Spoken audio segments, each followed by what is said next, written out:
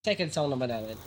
1,000 times na pinrap. Per day. 1,000 times yung pinractice? Before, yes. What? Eh, ganun. Bago, siguro, yun Bago i-launch? 20 yun yung magic siguro na nangyari sa amin. Dahil 1,000 times namin siyang ginawa. 20 Yun runs din yung a day. video na nag-viral sa amin. Yung nag-dance practice kami. Pero alam mo ba, yun yung Ray, yung 1,000 times, di po nagkakatotoo kasi. Ginagaya niya. So, for example, nasa mga 930 na lang siguro yung 70 dun. Ako doon, syempre.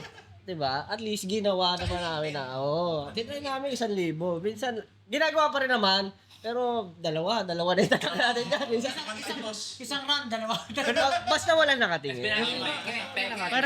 Parang ang realization po kasi namin doon, iba yung gagawin mo nga siyang 20 times pa ulit-ulit pero hindi na siya productive.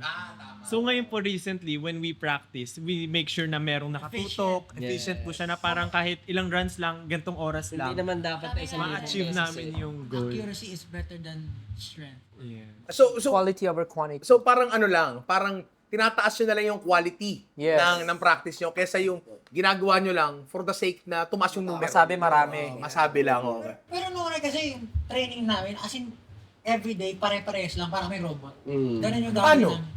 Like yung etong Warm-up, etong sit-ups.